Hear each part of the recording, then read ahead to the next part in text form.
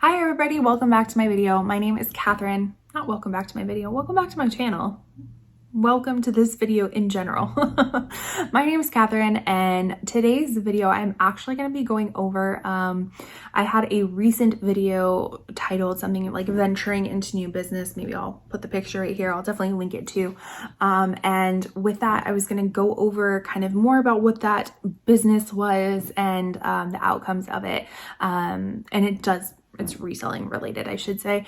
So if that sounds like something that you want to watch, then please stick around.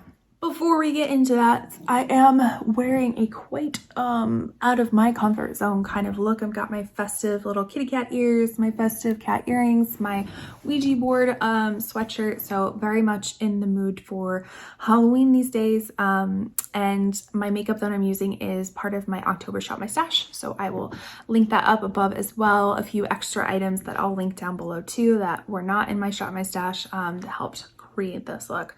But without further ado, let's get into today's topic. So getting all comfy.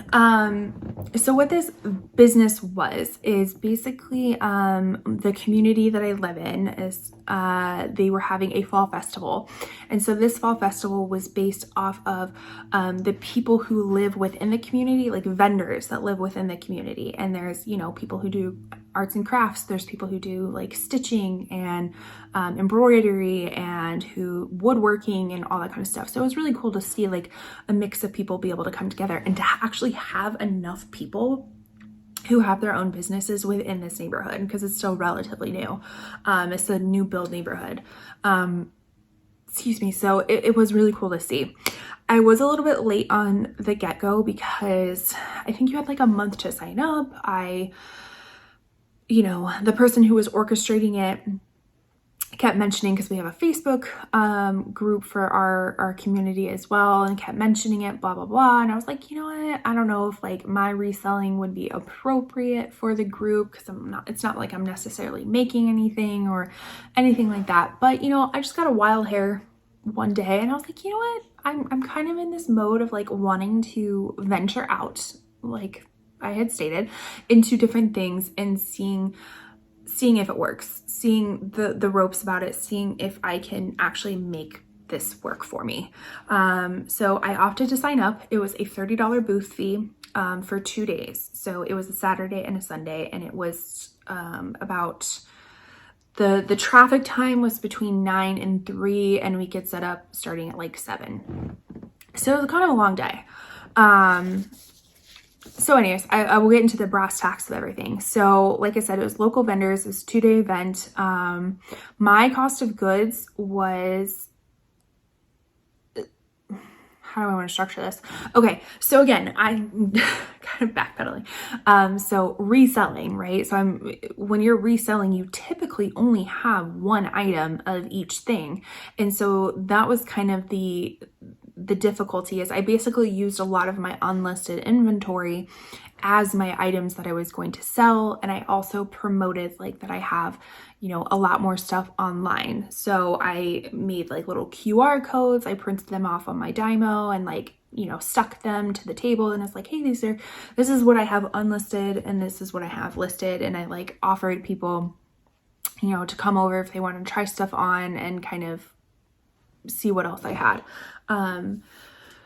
So because it was unlisted inventory, but a lot of the times, my unlisted inventory is like, I didn't have a wide variety of sizes, or styles or brands, which I will get into later as to pros and cons of this.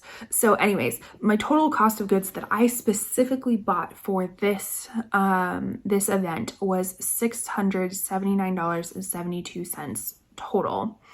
And overall, I sold $180.09 worth of product, which within that, the cost of goods for that specific was $59.62. Sorry, I'm getting backwards. So the almost $680, that's the cost of goods I had for just the product.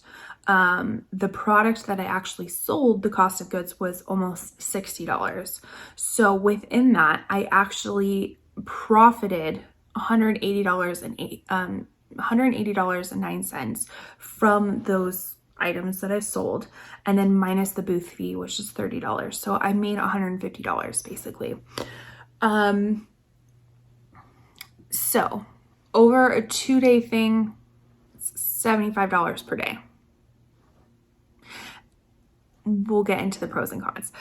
So the nice thing about reselling is that you can actually make money while you're just sitting there trying to sell things in person. So it was actually kind of nice. I sold a few things online that actually like some pretty high dollar stuff. So I was happy to see that. So it wasn't that I was just making $75 per day. That was just the in-person sales. Does that make sense? I feel like I'm getting myself confused. Anyways, so let's get into kind of the pros and cons of everything. So like I was saying, my unlisted inventory for some reason kind of skews small sizes. And that is just because the items that I source are a lot, like trendier things like Revolve pieces, Anthropology pieces, things that typically work well in my closet. But I wanted to be very inclusive for this sale. So because the people who live in this neighborhood range from, like newlyweds with no kids to families with kids to, grandparents, and all in between. So it's a pretty wide variety of people who live in this neighborhood. So I wanted to be able to market to a lot of people, which we'll get into that later too. I feel like it's like, we'll get into this later. So because of that, I wanted to get some more inventory to kind of match that, which I think was problematic and how I'm taking this as a learning curve is that I tried to sell to everybody and instead of kind of curating it down and almost having more of a brand for myself, if that makes sense.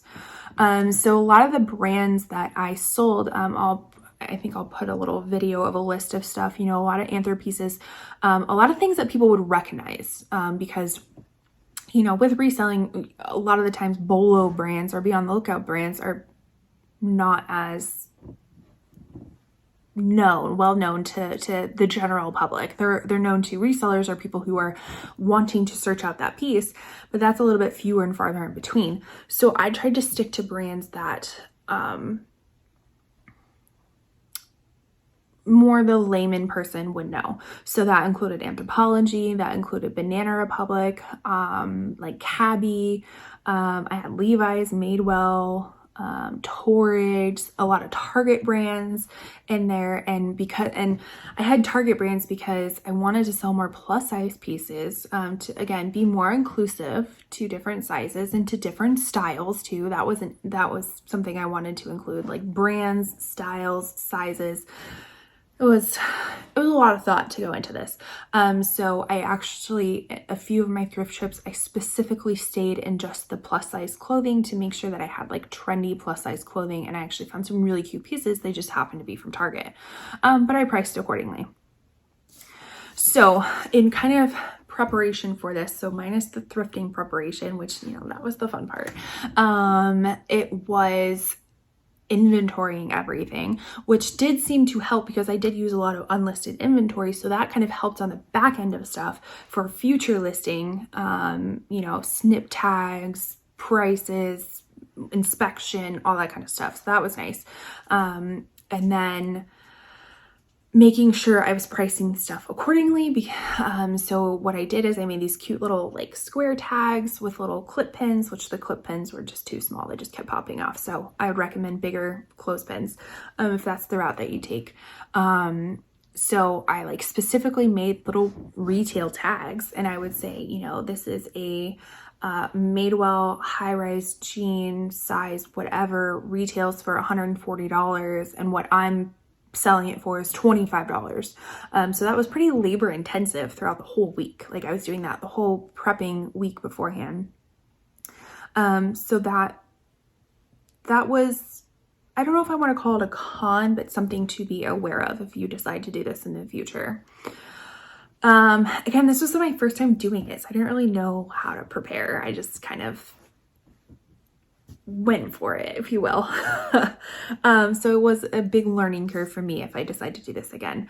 Kind of going off my list. So another kind of con or something to think of, I don't want to call them pros or cons. I want it to be called something to think about if you were to do this, is the setting up and tearing down of your little station. So mine was actually outside.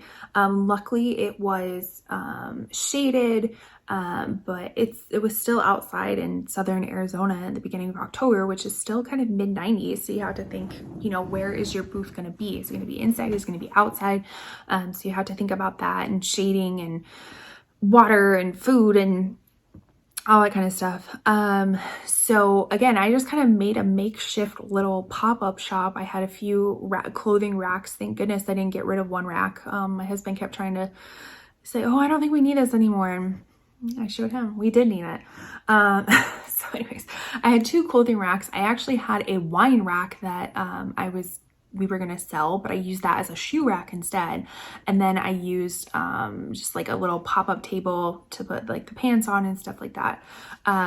So it actually wasn't too bad. Maybe I'll just throw up like a little video or something, or pictures. I did take some pictures and video of what it looked like. So it wasn't too bad, but you have to have time of setting it up and tearing it down and kind of making it aesthetically pleasing for people, instead of just look like I didn't want it to look like we were just going to a garage sale. So that kind of brings in the branding piece of things, because there was another woman there who strictly sold like boutique clothing, and she was the person who set up the event, which she did an amazing job. I mean, it was so cool. There was food trucks there was like a little mini hay bale maze there. It was really well done. So I give her a lot of kudos. And so she sells boutique clothing, and her pop-up shop was like amazing. It was so branded. Like she had specific things that like all went together instead of my like little hodgepodge table and wine rack and Z rack and all that kind of stuff. So there was that part of branding. And also, people would come up to me and they're like, oh, what's your company's name and blah, blah, blah. And I'm like, well, I don't really have a company name. I'm a sole proprietor. So it's just me. I've always just branded everything as me. So it got me thinking more of like, what do I want my aesthetic to be? What do I want my brand to be? Do I need a logo? Do I need a business card? Something like that. So something to think about for the future. Like I said, the sizes, the brands, the styles, it was very tricky to try to be as inclusive. And I think, for future, it's not that I don't want to be inclusive, it's I need to decide what my style and brand is and just cater to that, opposed to specifically buying pieces that are in this size just because I need this size. It's like being a little bit more exclusive of like, no, this is just my style and the things that I like to sell. Does that make sense? I hope it does. The other thing is, so obviously you're selling in person, so you're kind of having to like sell yourself. And this is what I didn't like about retail. When I used to work retail, is like, hey, how's it going? Like, what can I help you find? What are you looking for? Kind of explaining that all these items are unique and there's only one. And so you're like really selling yourself. And I'm like, this is why I like reselling online, because not that I don't like talking to people, it's just, it gets very tiresome. Like for my day job, I'm a mental health counselor, so I like to talk to people all day long. It's kind of like the last thing I want to do on the weekend is to talk to people. So one thing that you do have to maybe you're more introverted and you like that. Me, it took a lot of energy out of me.